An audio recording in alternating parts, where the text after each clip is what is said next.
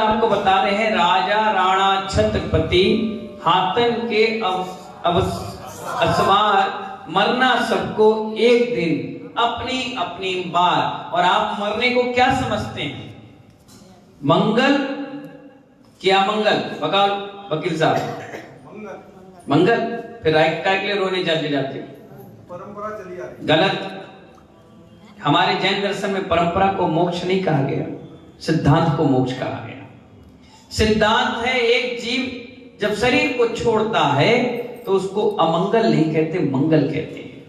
हमारे भगवान महावीर स्वामी ने भी शरीर को छोड़ा, उसको अमंगल नहीं समझा, क्या समझा? मंगल समझा। और देखिए पूरा विश्व मना रहा है 2550 निर्वाण महोत्सव। हम भी अपने शरीर को छोड़ेंगे जिस दिन। सचिन भाई आप रोगे क्या?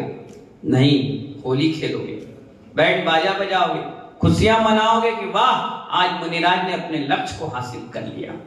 आज उन्होंने जिस लक्ष्य को लेकर के जगदलपुर के बस्तर से अपने घर को छोड़कर निकले थे, जिसके कारण उन्होंने मुनि दीक्षा ली थी, जिस कारण आकर के हमारे मंदिर में पूजा पाठ प्रतिष्ठा कराई थी, आज उन्होंने वो झंडा लेकर के धर्म का आगे बढ़कर निकल चुके। हमें खुशी है कि हमारे बीच से एक व्यक्ति ने निर्माण की प्राप्ति की।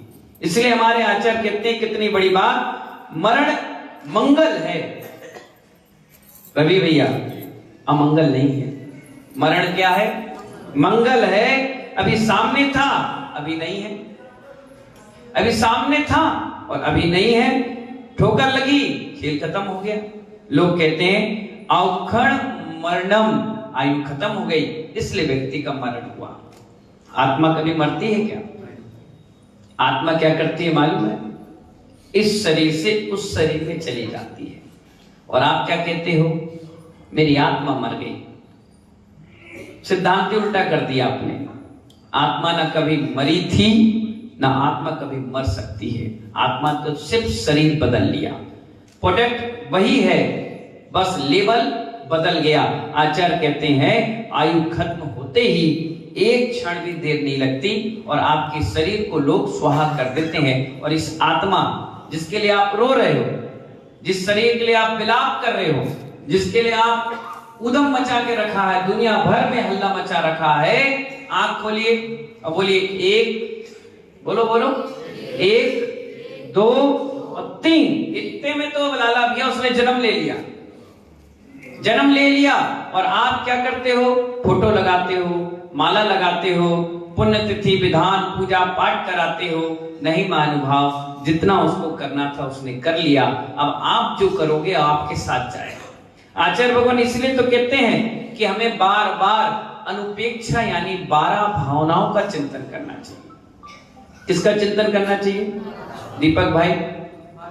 12 भावनाओं का। यहां पर आचार्य भगवान कहते हैं बार बार। अनु कहने का मतलब है पुनः पुनः। अनुपेक्षा है ना नाम, क्या नाम है अजय भैया, विजय भैया, क्या नाम है? अनुप्रेक्षा। राजीव भाई, अनुपेक्षा।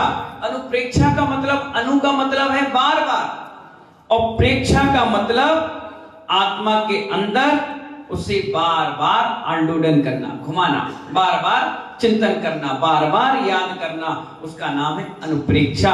आचार्य भगवान कार्तिकानुपेक्षा ग्रंथ में कहते हैं जो चिंतई अपाणम नाणम स्वरूपम पुणो पुणो नाणी वी कहादी वीरतो मणो प्राचितम वरम तस्य।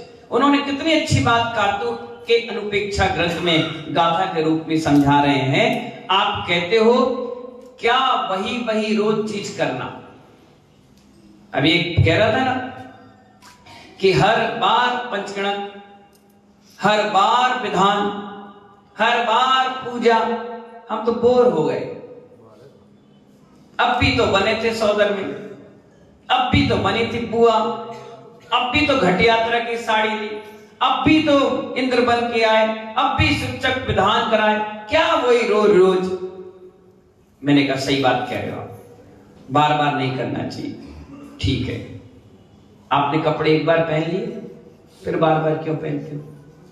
आपने एक बार कंघी कर ली, क्यों बार बार कंघी करते हो? आज आपने सुबह भोजन कर लिया ना, तो कल फिर क्यों बनाकर खाते हो? आज आज एक बार पैसे कमा लिए ना, कल क्यों कमाते हो?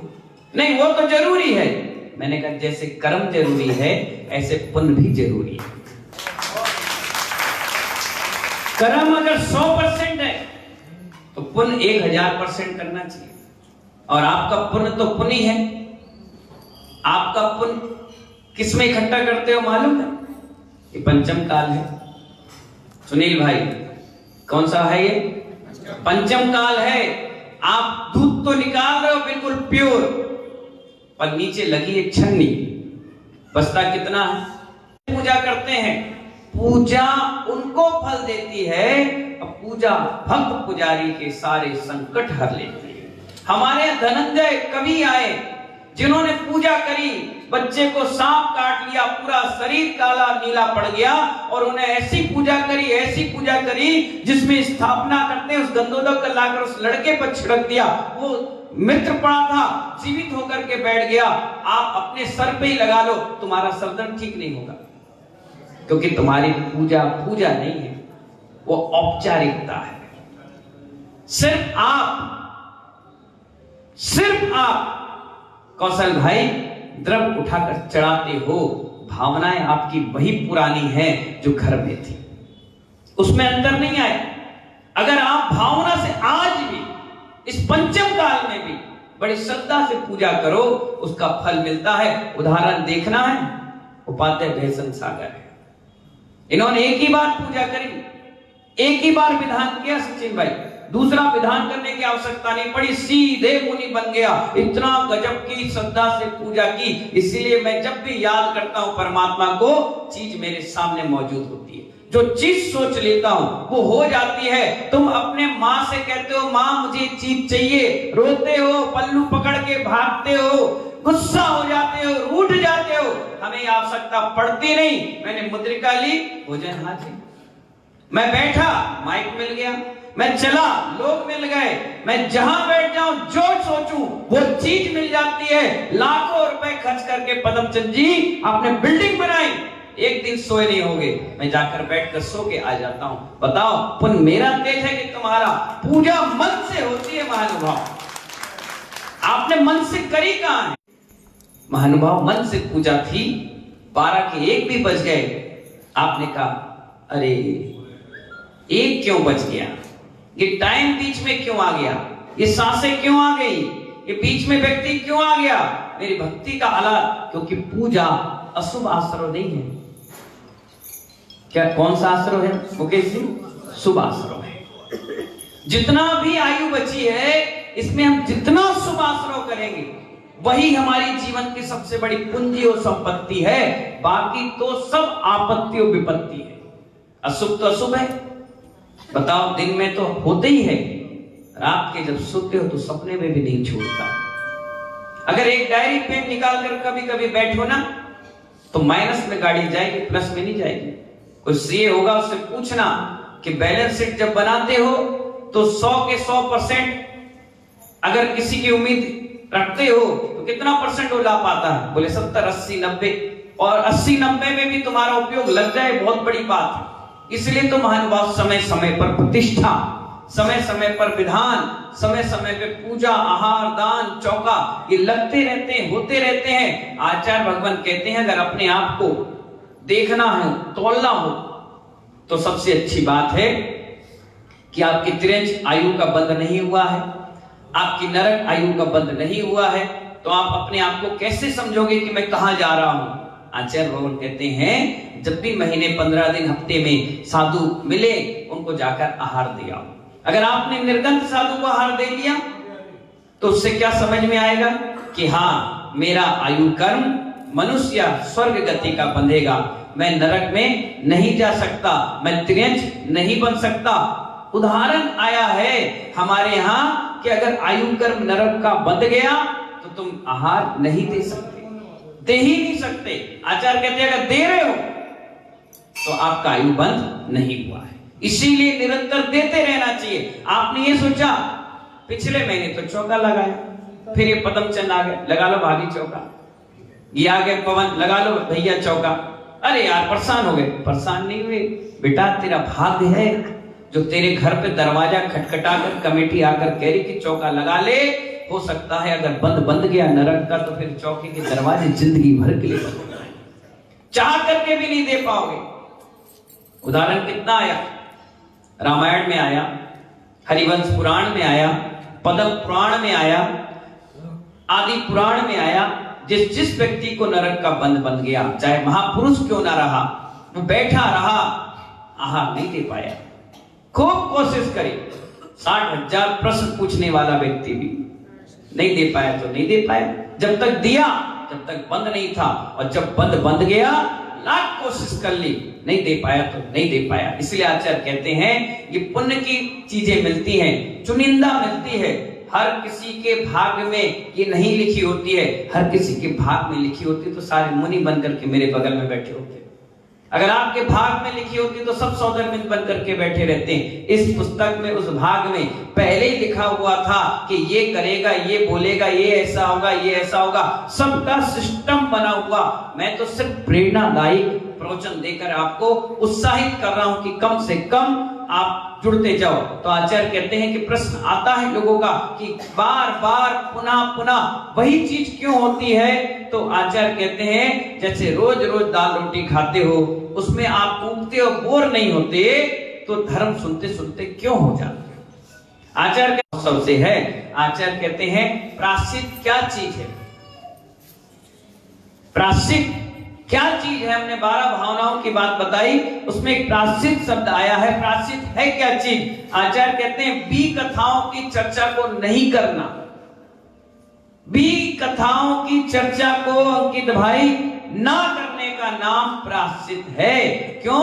क्योंकि जो बी कथाएं करता है उसके व्रतों में दोष लग जाता है। बी कथा का मतलब बेकार की कथाएं, जैसे गृहस्थी की कथाएं, किसकी कौन भाग गई, किसका कौन ले गया, किसके कौन मर गए, पता नहीं कौन कौन सी जिंदगी में क्या क्या विचार लेकर के आप आए हो, और उस सब विचारों को मंदिर में, गुरु के सामने या फालतू की चर्चाओं में उलझ कर रह जाते हो, वो कहलाती बी कथाएं। जितनी आप करोगे उतना बड़ा आपको प्रायश्चित देना पड़ेगा। मालूम, एक शास्त्र में निकल कर आया, बता दें, बुरा तो नहीं मानोगी महिला है? अब मानो तो मानो, कल अपन चले, मान तो मानो अपन चले, क्योंकि अपना तो बुरा खाने का त्याग है। ना अपन बुरा बोले, ना बुरा सुने, और बुरा ना खाए। बुरा यानी मीठा, आजीवन त्याग है। तो महानुभाव, एक बार कोई महिला अगर मंदिर में बैठकर इस शास्त्र के अलावा कोई भी कथा यानी फालतू की बात करती है, तो मालूम है कितना बड़ा प्रायश्चित? नहीं मालूम? तुम लोग क्यों बीमार रहते हो मालूम है?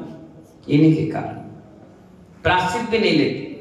अगर मंदिर में एक महिला दूसरी महिला से धर्म के अलावा फालतू की बातें भी कथाएं करती है, तो आचार्य भगवान कहते हैं एक उपवास का, कभी सर्वाइकल, कभी पेट में दर्द, कभी फालतू के दर्द, बेमतलब के बहाने के दर्द, ये चालू हो जाएंगे।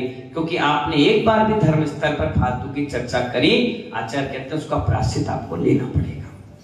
इसीलिए ज्यादातर मीटिंगें मंदिर में नहीं होती, धर्मशाला में होती है। तुम्हारे ये तो महिलाओं पे ही लागू होगा सब महिलाओं पे इसलिए कह रहे हैं कि सबसे ज्यादा इनकी गिनती आती है, पुरुषों की कम आती है। तो आचार्य भगवान कहते हैं प्रायश्चित का मतलब भी कथाओं को ना करना, फालतू के प्रपंचों को नहीं करना, उसका नाम है प्रायश्चित। अनुपेक्षा का मतलब है बार बार अपनी आत्मा के बारे में विचार बनाना।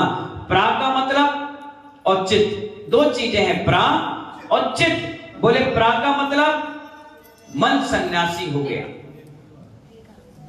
क्या कह रहे हैं आचार्य? प्रायश्चित का मतलब 12 अनुपेक्षा चिंतन करने से मन सन्यासी हो गया। प्रा का मतलब सन्यास, और चित्त बोले तो मन, जो मन सन्यास की ओर चला जाए सही मायने में, तो वो प्रायश्चित है। आपने देखा था और बोल के वो चला गया।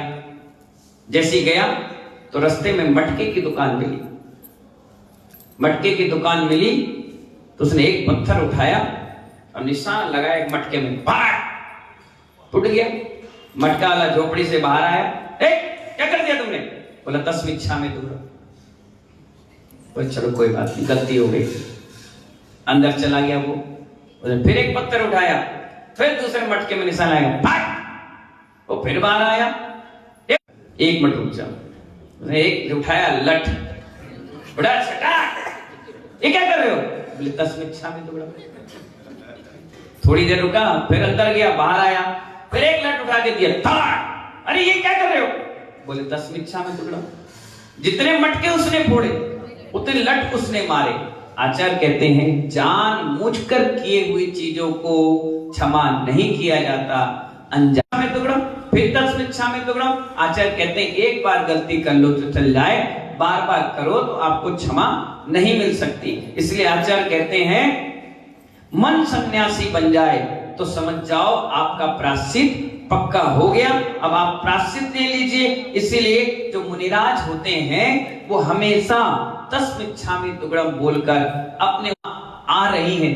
उसी के पंचगणा आपको फूलबाग मैदान में मिल रहे हैं। मालूम है जसवंत नगर से भी एक प्रतिमा आ रही है, बरासो से भी एक प्रतिमा आ रही है, आपके विनय नगर से भी एक प्रतिमा आने वाली है, और फाल के बाजार के हिरिम की भी 24वीं की प्रतिष्ठा। कमेटियां सबको हमारी पंचगणक महोत्सव समिति निमंत्रण देती चल रही है कि आप सभी लोग पंचगणक प्रतिष्ठा महोत्सव में आए। मैं खुद आ रहा हूं, हमारी समिति खुद आ रही है, लोग बढ़ चढ़कर हिस्सा ले रहे हैं। बड़े पार्श्वनाथ भगवान तो गजब का अतिशय है।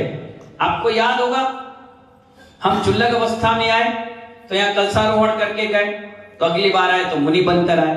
जब मुनि बनकर संत बनकर आया तो मैंने भगवान को सिंहासन पर डाला। गोकुलचंद मंदिर अपने आप में ख्याति प्राप्त है। सारी महिलाएं, सारे जेंट्स मजबूत स्तंभ है। इसीलिए अपन ने क्या किया, आपके मंदिर के हमारे पदमचंद जी को इस पंचगणक का संरक्षक बना दिया। बिना ही पूछे ये विजित है यहाँ पर पूजा पाठ में। मैंने कहा पूजा पाठ करो, हम तो टीका लगा देंगे, काम खत्म, आपका काम आप करिए। हमारे मुकेश जी डॉक्टर साहब को ये घूम रहे थे पता नहीं कौन सी दुनिया में। हमने मनोज जी से खबर करवाई, मैंने कहा सुनो भोजन व्यवस्था आपको संभालना है, बालचंद जी को संभालना है। बोले यार वो मीटिंग तो हो गई। मैंने कहा भोजन व्यवस्था भी किसी को नहीं मिली, पहले पूजा हम कराएंगे और पेट पूजा आप कराओगे, दोनों अपनी अपनी पूजा में लगे रहेंगे। मैंने कहा वजनदार व्यक्ति हैं, वजनदारी से काम होगा। तो हमारे मुकेश जी को भोजन की व्यवस्था दे चुके हैं, ताली बजाइए उनके लिए।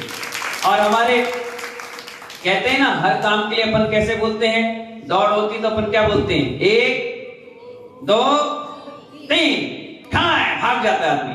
कोई भी काम करते हैं अपन बोलते हैं ना 1 2 3। फूलबाग में 2 पंचगणक हुई, दोनों में महामंत्री हमारे पवन जी बने, तो हमने इस बार भी उनको महामंत्री बना दिया। मैंने महामंत्री आपके नेतृत्व में कार्यक्रम होगा, और वो जुड़ गए। हमारे राजेश लाला को फाइनेंस मिनिस्टर कोषाध्यक्ष बनाया, और हमारे मनोज जी